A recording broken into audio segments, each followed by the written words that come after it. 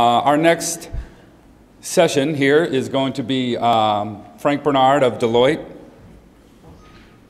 and Mikhail Wiegelt of T-Mobile USA. We're going to switch it up and not do a PowerPoint. We're just going to have a fireside chat, so to speak, and discuss a little bit more about T-Mobile's actions and activities utilizing big data. So give a warm welcome to Frank and to Mikhail.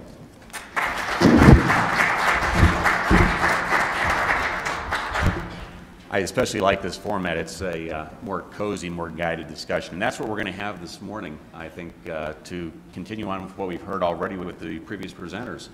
I think that we're on the brink of something pretty big within telecom. And I'd argue even that the next generation of oil or commodity is around data. Here at Deloitte, I'm a partner in our strategy practice focused on analytics. And I've always been a data scientist, probably by virtue of the fact I'm an economist. So, you know, you kind of come to this data science through a casualty of sort of affairs and data and sort of understanding how data interacts. But today, we want to take you through an operator example of what it means in terms of how using data becomes something more to link your strategy and execute on that. Mikhail, why don't you give us a little bit of background on where T-Mobile is today and just your background as well? Sure. So I guess one thing that will be somewhat interesting is when I want to, in our discussion, also respond to Will, because I have a somewhat more jaded experience with big data, and I would hire him any day, and I do hire him any day. Mm-hmm. But I think there's the experience from a carrier, what big data is and what it means and what money we can make out of it, that's quite different than what some of the vendors will tell you. Is that the productization sort of approach? The productization is one of the issues that we'll have to address there. But I do agree with a lot of these conclusions that Will brought up. I mean, that is absolutely true, that we have to work on this, we have to get academia involved.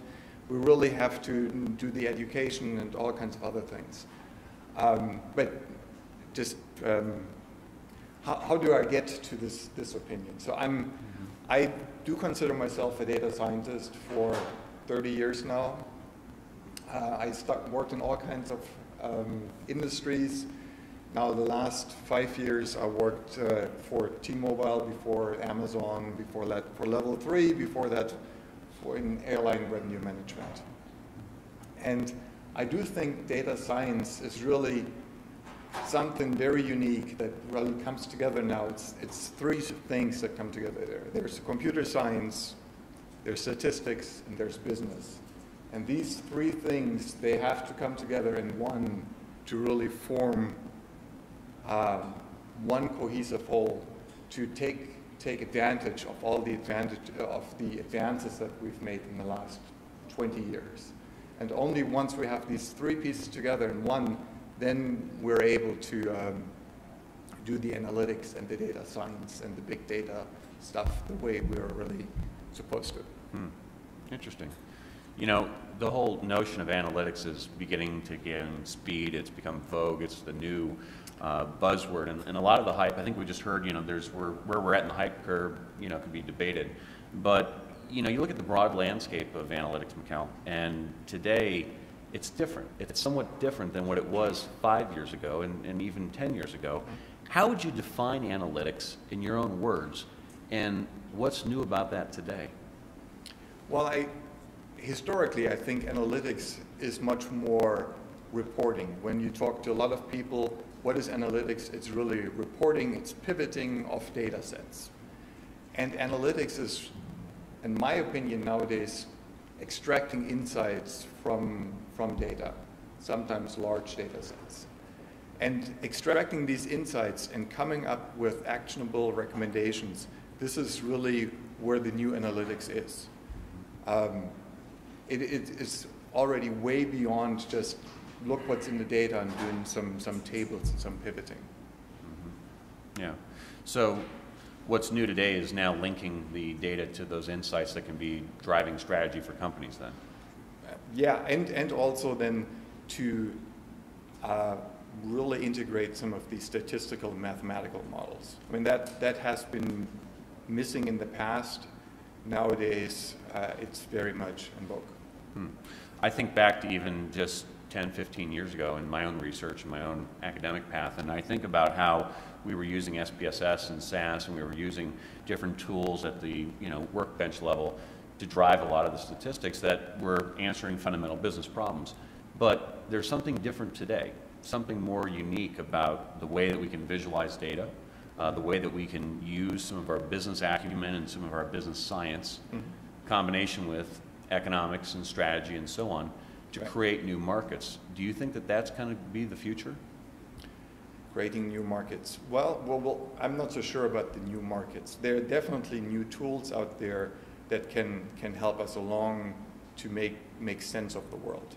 So there's a lot of open source tools that I like a lot. So that goes beyond SAS and SPSS, and there's a lot of things that come out of academia or even some of these larger internet companies like Google that came up with Hadoop. Well, that's a great thing. And then there's a lot of work that goes on with visualization. I really like the way we're able to now display large associations through sophisticated visualization and then really clarify the dependencies and then drive actions from that, which is something that we didn't have not too long ago. We all use just Excel and the Excel charts, and there's only so much you can do. Nowadays, when you want to plot a large complicated graph and show the dependencies, you need something that goes way beyond Excel. Something that connects more viscerally to the data and what people are looking for in that data. Yeah, we're visual animals. Right. And so we need something that helps us understand the world. And visualization tools is the way to go there. So on that topic, if we take the broad stroke of computational analysis and its advances, what has that done for the data capabilities inside of T-Mobile? What's really changing? Where's that inertia going? What's driving that force?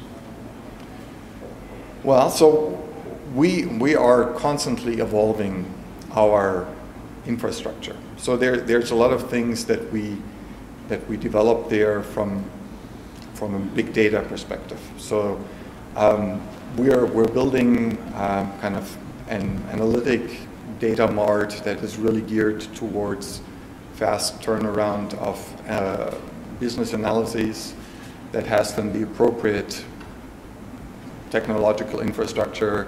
It has some Hadoop and it has some relational databases. And then we investigate lots of new tools, some of them that come from SAS, some of them from open source, to apply some of the more sophisticated statistical models. And then, of course, we have all these new business questions that where we want to explore really customer level insights. Historically, there has been, especially in marketing, there has been a view of we want to talk about large segments. And they're only worried about large segments. Nowadays, with a lot of the analytics, you can drive it down to the specific subscriber, and you have insights about what the propensities of a subscriber are and what are some of the pain points. And that is important that you address that on the marketing side as well as some of the care side. You talked about my favorite economic word, propensity, right? Propensity. Not only to consume more services or maybe unique services, but to maybe dispose of or abandon certain services. How does the ability to have good data, quality data, in-house to work with, whether it be marketing or finance, lend itself to the analysis of that micro-segmentation? Yeah, so we have been developing churn models for a long time. We are continuously evolving them. And we have all kinds of statistical flavors there. We have the logistic regression, and we have the survival models, and we have the random forest, and all kinds of different approaches. And we're always on the lookout to improve them. So there's continuous effort to incorporate new data sources. So for example, we look at the, let's say, the carrier IQ data, or we look at voice of the customer, some survey data, and we look at CDR data, what is the network experience, and all of these get added to the customer data, and then as soon as you have a full customer profile together that has all these new components, then you can investigate to what extent they help to improve the churn models or multiple churn models. So it's about getting to more completeness, a fuller, maybe better density of understanding. Right, and so we're continuously building on that. So we have a current view, possibly, let's say, that doesn't contain some of the survey data, but as soon as we integrate the survey data, we see, well, this is much more predictive than what we had before, so we can drop some other attributes that we previously had in the model. I think one of the big nexus turning points, I think, in the last 10 years has been the ability to incorporate multiple sources of data and do it in such a way that it's now scaled. Have you seen with the adoption of social behavior, social data, and also some of the network data, some better understanding come from that? Yeah, so a lot of the CDR data is definitely predictive. So that works with the help of link analytics and some of our own work on SaaS. We're doing some social networking analysis, especially based on CDR data that identifies what are the communities and who are the leaders and the followers in the network. And these are very predictive attributes. And so that is very successful. We're continuously looking at these data sets and trying to extract additional insights. So that is a journey that never ends. I don't foresee that there's anything stopping soon. Especially as Will also hinted, some of these unstructured data. Of course, the big data in the beginning is unstructured, but really what counts for the analytics is convert the unstructured data to structured data. So once you have, there's the text string, this is what they said to the rep, what you really want is the sentiment of the customer. And so the sentiment is a score, and the score is then structured data, and that can be easily integrated in any of the models. It's really the conversion of the unstructured data to structured data where the crux lies. Let's turn our attention a little bit to strategy for a second. Yes. And how would you qualify the link between analytics to competitive advantage? So from an economist standpoint, I like to understand what creates sustainable markets, sustainable customers, long-run profitability. So think about an operator like T-Mobile, and what does analytics do to bind competitive advantage? Well, analytics really drives improved customer experience. So one way or another, customers are much happier, and happier customers tend to use more services. So in the end, in order to drive competitive advantage, you want to use analytics to tie the customer more in with your company, your own carrier, and you do this by providing a better experience. All this analytics then identifies pain points and opportunities to improve the customer experience. And once you then lift up the customer experience, you more or less by itself, you get to additional revenue by cross and upsell, and you extend the revenue stream by preventing churn. So consequentially, it's a way to differentiate in an otherwise commoditized market. Yes, very much so. I mean, that's of course the danger for all the carriers, that they're just become dumb pipes. If you're able to reach out and establish this personal bond, that is a clear competitive advantage. And so analytics, for example, helps a lot there with supporting the interaction from reps to the customer. And so we'll use that as to guide some of the reps in their conversations with customers. So a lot of the work that we do, at least from a strategy angle, is to look at kind of the maturity of capabilities. And if you think about analytical maturity by itself, how can companies mature their capabilities and execute on developing those capabilities? So from moving from aspirations to implementation and execution, how do you make that work?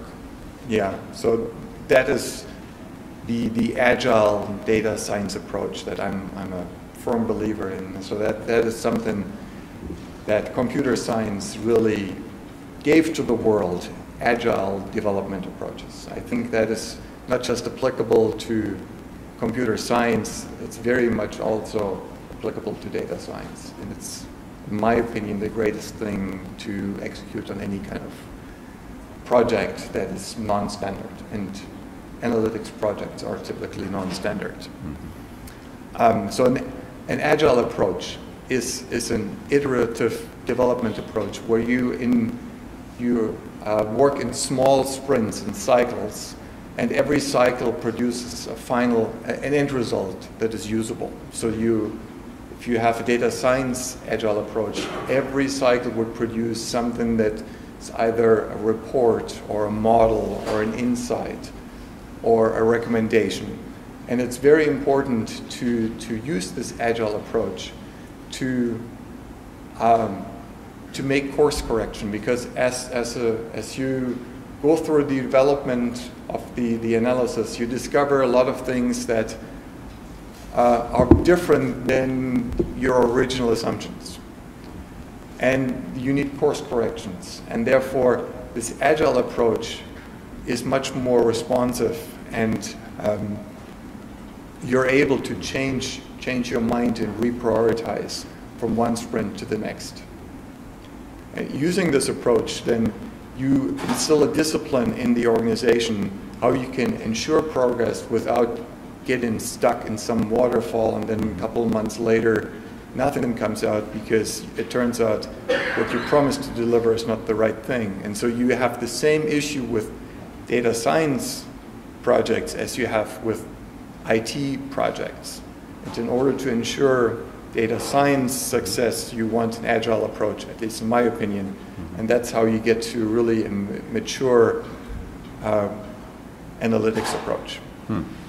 How do you move an organization that is maybe not in lockstep with your thinking around development? How do you tackle the big issue of maturity? I don't know, you tell me. So I'm struggling with that quite a bit. So it's a very frank conversation. I mean, it's a proof point that you're trying to wrestle with. Yeah, and I'm definitely struggling with that. So T-Mobile is not necessarily the most agile company from an IT perspective as well as from an analytics perspective. And I think very few carriers are. I would be very surprised. So I think what you have to do is you really have to pick your battles. And so you need to find, I guess Will hinted to that you have to find some projects where you can, some pilot projects where you can succeed and prove your business case. And only once you have this pilot successfully completed, then you can put the organization in place to perpetuate the approach. So my recommendation would be find a sponsor for some small piece of the big data analytics, maybe in customer experience or churn or some cross and upsell opportunities or whatever it is, and drive a pilot project from the beginning to the end so you can actually prove that there is some business value with it. You caught my attention when you touched on iterative learning. So part of the agile method and the approach is we're always producing something that's reusable, right? It's reusable to the next instance. Yep. When you think about iterative learning, what impact do you believe that has on the sort of bigger telecom ecosystem? in general, how do you impact, say, an insight generated in marketing that connects to finance or maybe even human capital? Yeah, so the analytics environment from a technical perspective looks quite different than a transaction-based environment. So there's very little that is third normal form, anything like that. So you need a data analysis infrastructure and a data mart that facilitates analysis and fast ingestion of data, and to some extent is somewhat much more sloppy than your billing system. So if you do big data analytics, it's okay if there are some errors in there. There's still enough insight in there that you can overcome a lot of these things. It is important that you're able to move forward very quickly and you're not tied down by some of the IT issues. Mm-hmm. And so I think what you want is an environment that to a large extent is controlled by data scientists, that IT puts it in place, but then data scientists really control what is there. You need something like in a Hadoop environment that can ingest lots of unstructured data and some algorithms that are able to convert some of the unstructured data into structured data, which then is in a data mart that is really geared towards analytics. And in my opinion, that is mostly kind of a denormalized, really rectangular structure by subscriber, by month, let's say. Mm-hmm. And you have lots of attributes. Hmm. You know, one of the areas that I believe has significant potential is around machine learning. Mm-hmm. And you stop and think back to even 15, 20 years ago when we were doing more of the stochastic models by hand, or we were running maybe those classical experiments in different smaller subsets of data. Now today, what has machine learning done in the agile environment to enable us to be able to produce more results and insights quickly, right? So how can we take that machine learning potential and create a kinetic out of it? Yeah, so I think machine learning and traditional statistical analysis they both have their place. And they're to some extent address different issues.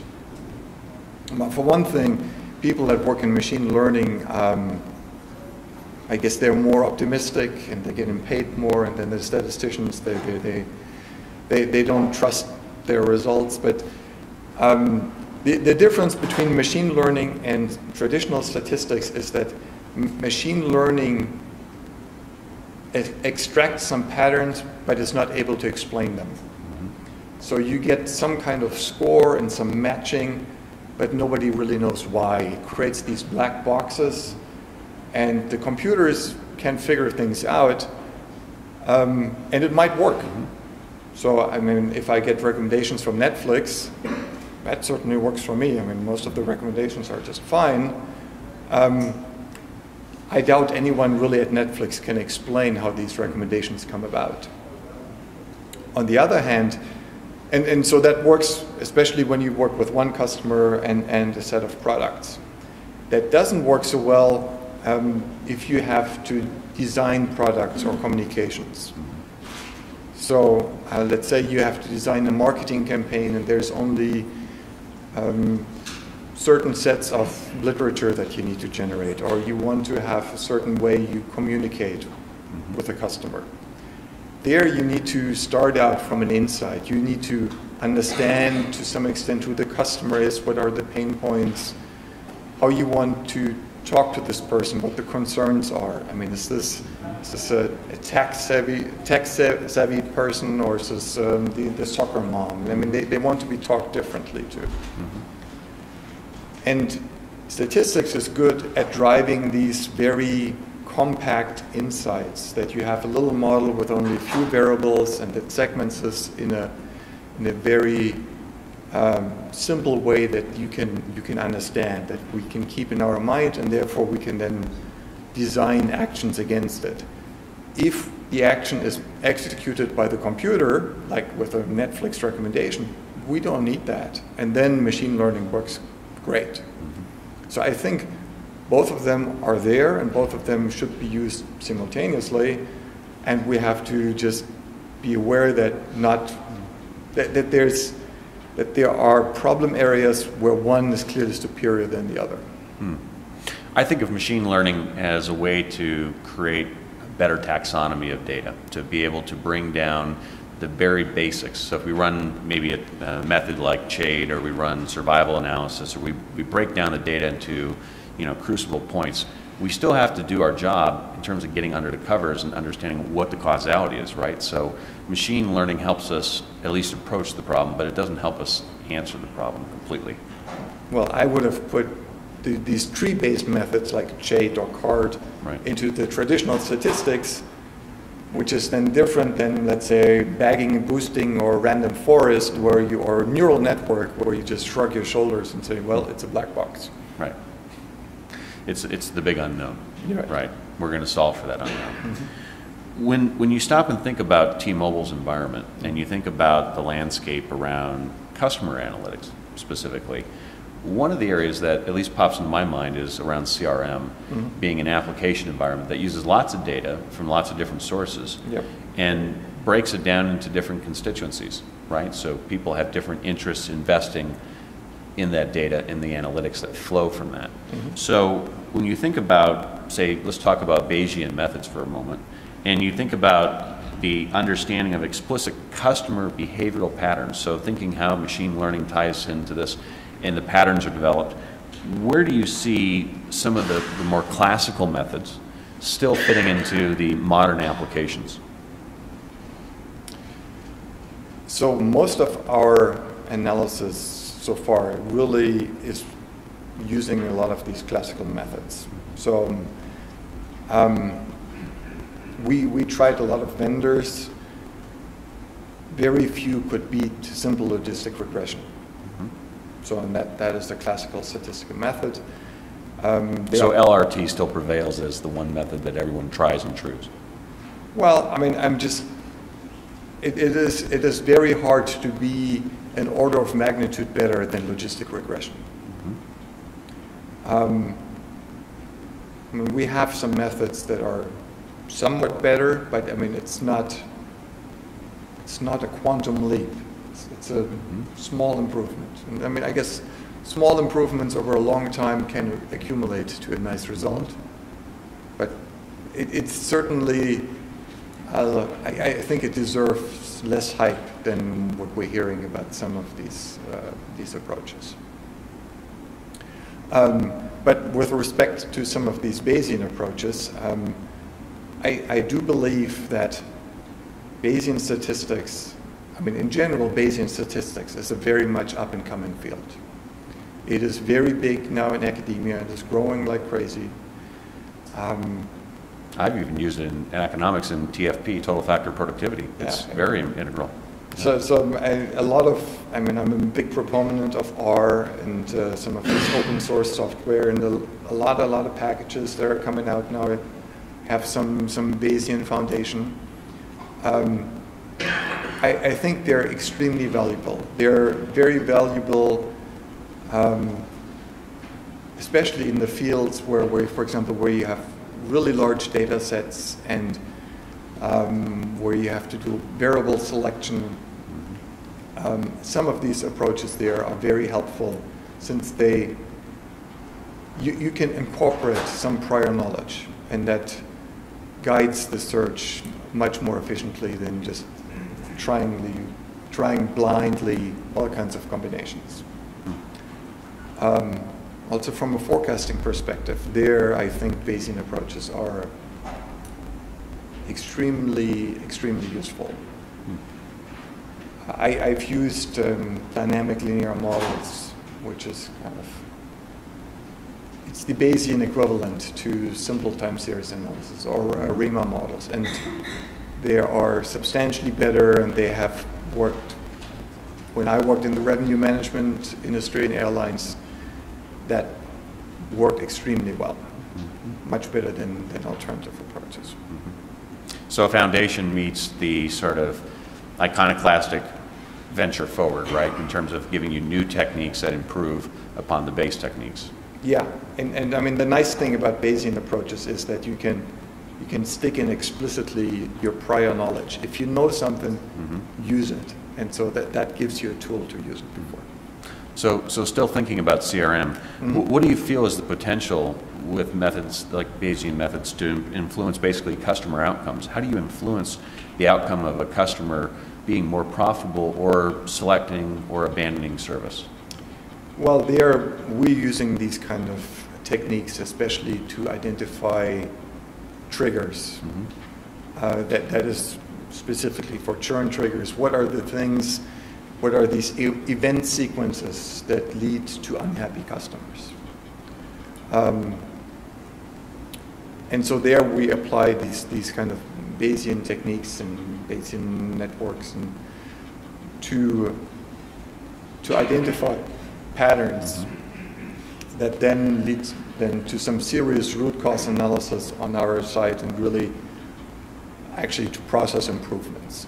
So whenever we do these trigger analyses, there's two approaches. One is to talk to the customer and fix the pain point of the customer. So we noticed there was, let's say, there was an handset upgrade and there was something weird going on. Well, we contact the customer and somehow try to fix it. It would be much better if we eliminate the root cause. So instead of just talking to the customer who was specifically unhappy, we would make sure that the process is changed so that this issue never occurs. And so with this trigger-based analysis, we're following both improvement cycles. One is this root cause analysis that tries to remove the process that leads to customer satisfaction, and one is the closed loop approach where we talk to customers that are unhappy. Interesting. So some of the research I've been doing in the last 5 years has been around the quantified consumer self, thinking of consumers as, you would say, maybe translated from the unstructured data to a scored data to understanding their quantified value proposition to someone like T-Mobile. How do these methods really in a CRM environment contribute to understanding their motivation hygiene? What makes them buy? What makes them adapt? What makes them angry? What makes them happy? Well, probably you have more experience there than I do. So I guess maybe from my perspective, what I can add is that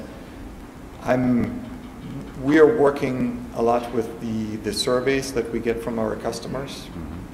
There's a lot of voice of the customer work that we include in some of our models, and we build models on the different subcomponents of customer satisfaction.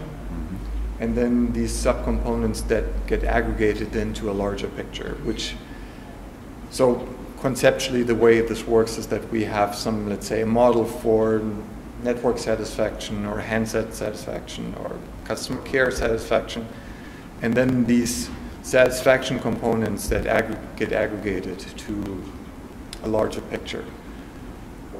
For example, a complete customer experience index. This way we can come up with a kind of a very, very parsimonious model to capture customer experience. And at the same time, we're able to drive it down to lower level organization and assign responsibilities to fix some things.